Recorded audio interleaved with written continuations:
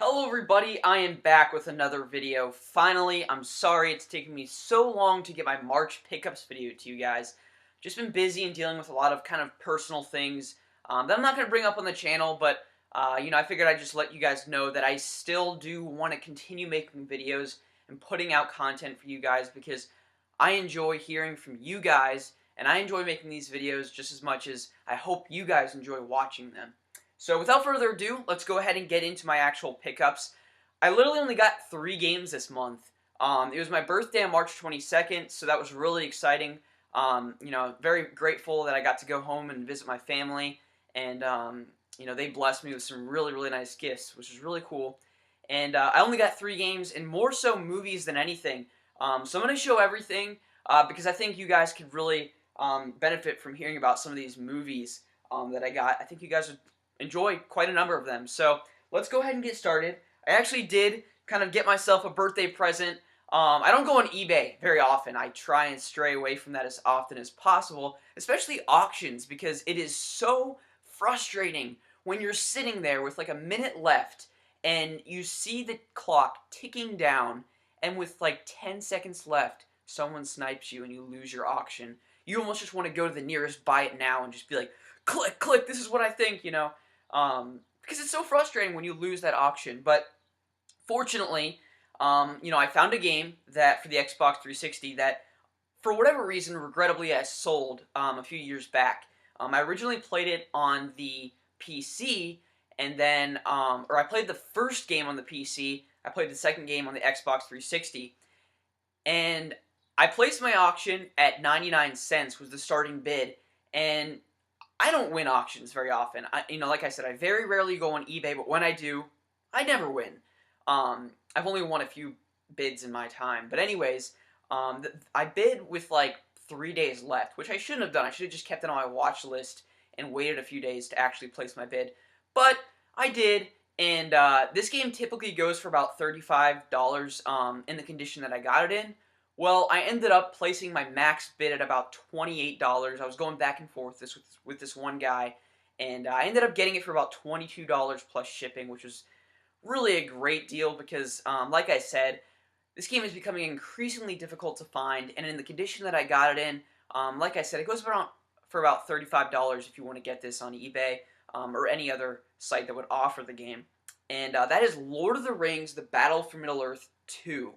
An excellent real-time strategy game in the vein of Age of Empires or StarCraft or Halo Wars if you've played those types of games, but with Lord of the Rings characters. It is an absolutely phenomenal game, you guys. I'm not just saying that as a Lord of the Rings fanboy. Perhaps I am, but I think this is actually a really great game. It got very well received, and for a game that was built from the ground up for the PC, it actually ports over to the Xbox 360 very, very well. The controls work just, the controls are spot on, and I really don't feel that you lose any bit of the experience from going from PC to the Xbox 360, which can't be said for a lot of real-time strategy games, especially when they were initially built for the PC, just because, it's just hard to control, mass amounts of units on a console game as opposed to using a mouse and keyboard. But I think this game does it very, very well. It offers 2 excellent campaigns, good and evil. You don't actually really follow the storylines of the movies. You do in the first game, which I highly recommend for the PC, which is great as well. But it offers a good and evil campaign. You can recruit awesome heroes like Glowin. He's like this sweet dwarf. Glorfindale. He's like this crazy looking elf guy here. And just all these other crazy guys. You can play as like the orcs, the elves, Gondor, Orcai, just all these different races in the Lord of the Rings games. And like I said, it offers 2 campaigns, good and evil, each spanning, I believe, 8 different levels. And it's just such an exciting and just intense game when you just see just hundreds and hundreds of guys just clashing together, elves just, firing their arrows. It's just so awesome. So if you have never played this game, definitely try and seek out a copy. If you have a PC, I would even recommend getting both the first and the second game. But even for the PC, it's becoming increasingly difficult to find and even a bit more expensive. So I would say secure your copies now. Go to eBay, see what the price is going for. And if you're into real-time strategy games or Lord of the Rings, Age of Empires, that sort of thing, definitely give this game a look, guys. It is so worth your time. And now, I got a few movies here. I'll show you these three first because I actually bought these three myself. The first one being The Young Justice Season 1, Volume 1, which I'm really, really getting into these superhero animated, comic book-esque TV shows. If you're saying these are for kids, you're sorely mistaken. Perhaps they are, but I'm telling you, it is just as entertaining to watch now at 20 years old as it probably would have been for me when I was, 10, 11, 12, whatever. It's just really interesting, and I know Mark from X Love and Rage X and Rabonak from the TV and Lust podcast and, a slew of other people, Comeback Kid, are really into these, comic book TV shows, and they're great. They really, really are. So, and Young Justice is no exception. Don't let the whole young, Justice League thing throw you off. It's still really, really top-notch stuff. So don't pass this kind of stuff up. And then, I'm very open about my faith, so I'm not ashamed at all to admit I got these two movies here. And they're excellent animated films by DreamWorks Animation, who did the Shrek movies. And that is Joseph, King of Dreams, and the Prince of Egypt. The Prince of Egypt being a retelling of Moses and, leading the Egyptians out of Egypt, or the Israelites out of Egypt, I'm sorry. And then Joseph, King of Dreams is obviously the story of Joseph. Really, really excellent biblical retellings in this animated style.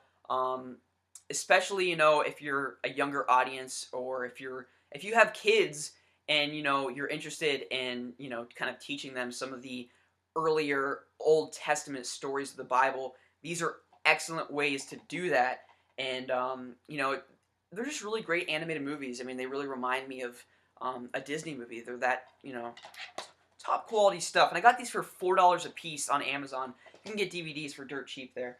And then now we're getting into my birthday gifts. I'm going to save the two games that I got for my birthday. Actually, this game I did not get for my birthday. I bought this. Two birthday presents I got myself, I guess. This is a 3DS game, and one that I was really contemplating pre-ordering, and I never did. But fortunately, GameTeasy, I always provide a link in the bottom of my videos for that site that I trade on, which is an excellent site because you can get games like a week after they come out for, $20 to $10 off the retail going price, because people beat a game and they just throw it up on there saying, hey, I'm selling this for 30 bucks shipped, whatever.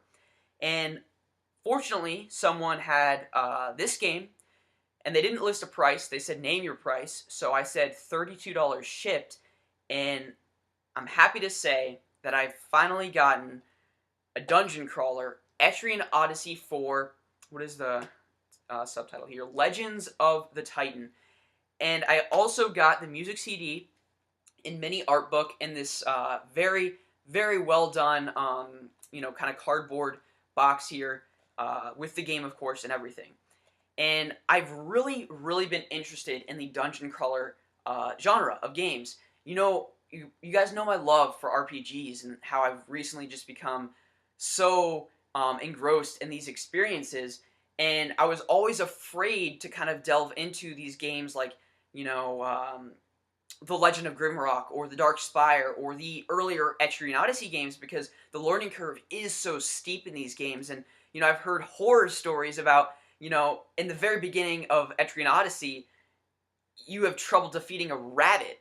A mere rabbit is gonna, prevent you from progressing through the game. I mean, that just sounds ridiculous. But this offers a casual difficulty, which I am not ashamed to say I will surely be playing this game on the casual difficulty, because I'm not interested in just frustrating myself beyond, I'll call comprehension.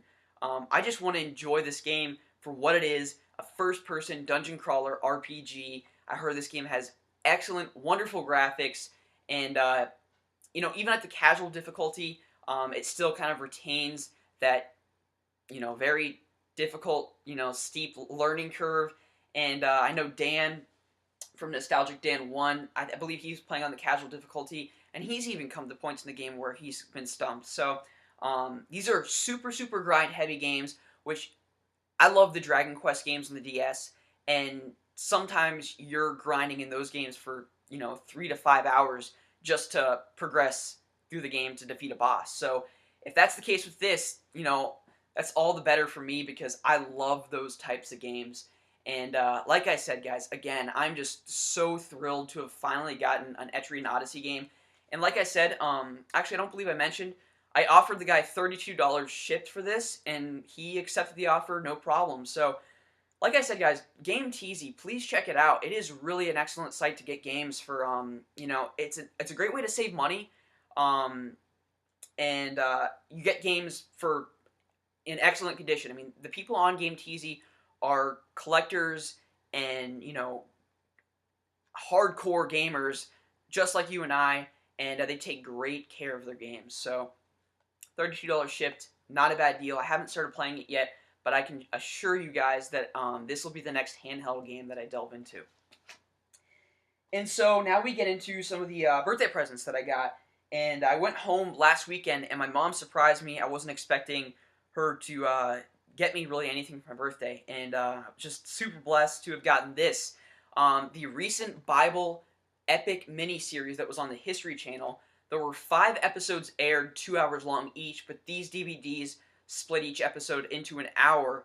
So there's 10 episodes. And basically it goes from the Garden of Eden in Genesis all the way to kind of the end of the Bible where John writes Revelation. So it takes you through, Exodus and, the Passion and the crucifixion of Jesus and the resurrection of Jesus and all of this stuff. And I'm telling you guys, I'm not trying to preach on this channel, but what I will say is that whether you are a believer or not, this is definitely worth watching. The production value is actually pretty incredible for this show. I was blown away. I mean, you watch a lot of these kind of History Channel Bible shows and things like that, and the acting is super corny, and the special effects are just pathetic.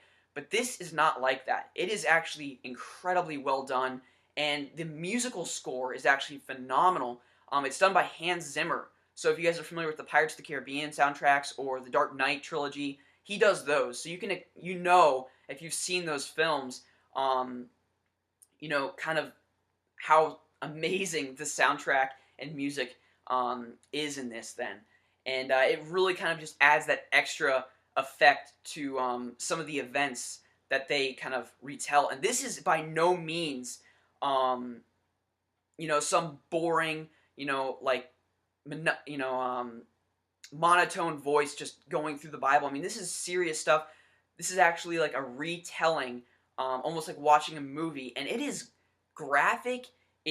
Some scenes are like literally like 300 people just like slicing each other with swords. The Old Testament is pretty intense. It really, really is. So if that sounds interesting to you guys, definitely give it a look. Do not overlook this just because you may not believe in what I believe to be, God.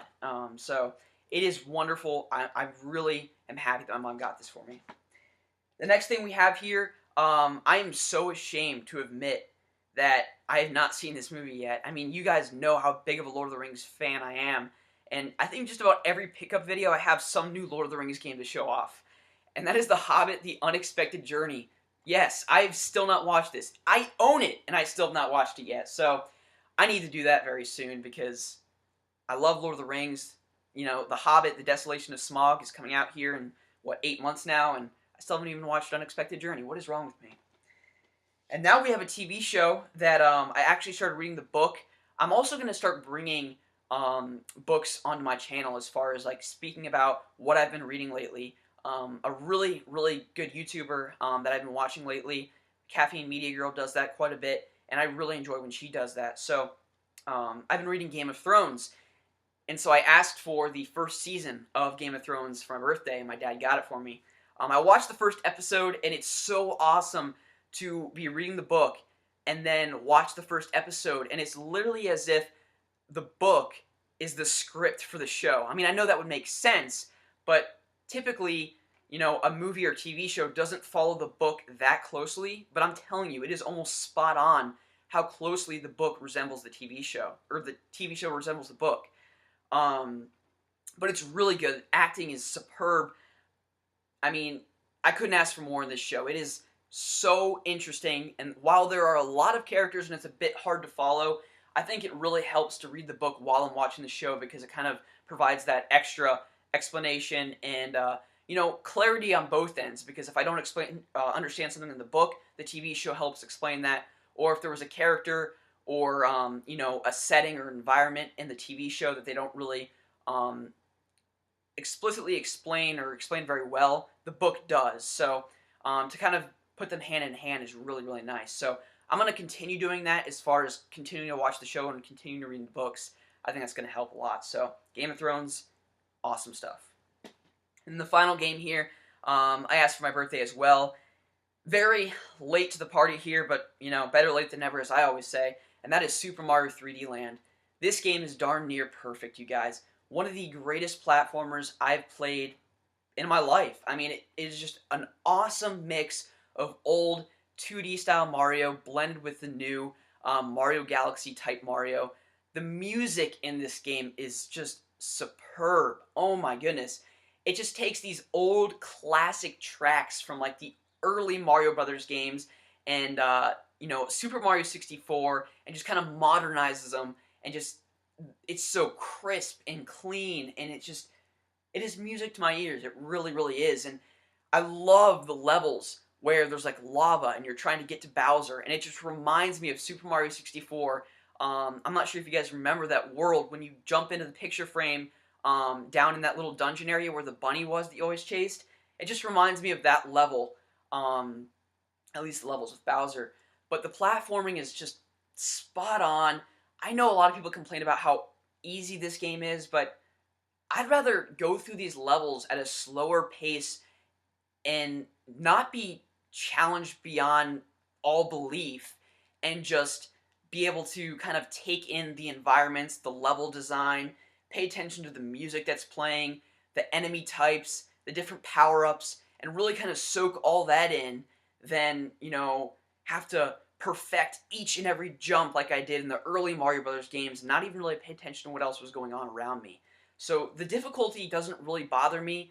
I have beaten this, and I thought it was incredible. It really, really was. And it offers so much replayability because going back and getting all the star coins is no easy task. So I haven't done that yet, but I definitely plan to at some point to go back to this and play it again. It's a 5 to 6 hour game if you kind of just rush through. But, if you're going to collect all the star coins, you're playing, upwards of 12 to 15 hours, I bet. So this game is just incredible.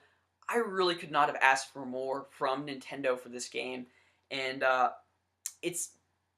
it rivals Super Mario Galaxy in my opinion. It is really that good. And graphically speaking, it's probably the best looking game on the 3DS in my opinion. It is just so, so good. Absolutely sublime, you guys. If you have not played Super Mario 3D Land for whatever reason, definitely don't hesitate to pick it up. Well, that's everything, guys. I kind of rambled on a little bit longer than I wanted to. I want to thank you guys for watching this video. I truly do. I know I haven't been putting out a lot of videos lately, but I have been just kind of struggling with some personal things. This transition into this new place hasn't been easy for me. It's definitely been a little bit lonely, but I'm getting involved with my church and everything, and things are definitely looking a lot better. So I'm really happy about that, and I want to thank you guys for sticking with me. I really, really do appreciate it, you guys. So thank you guys for watching this video, and I will see you soon.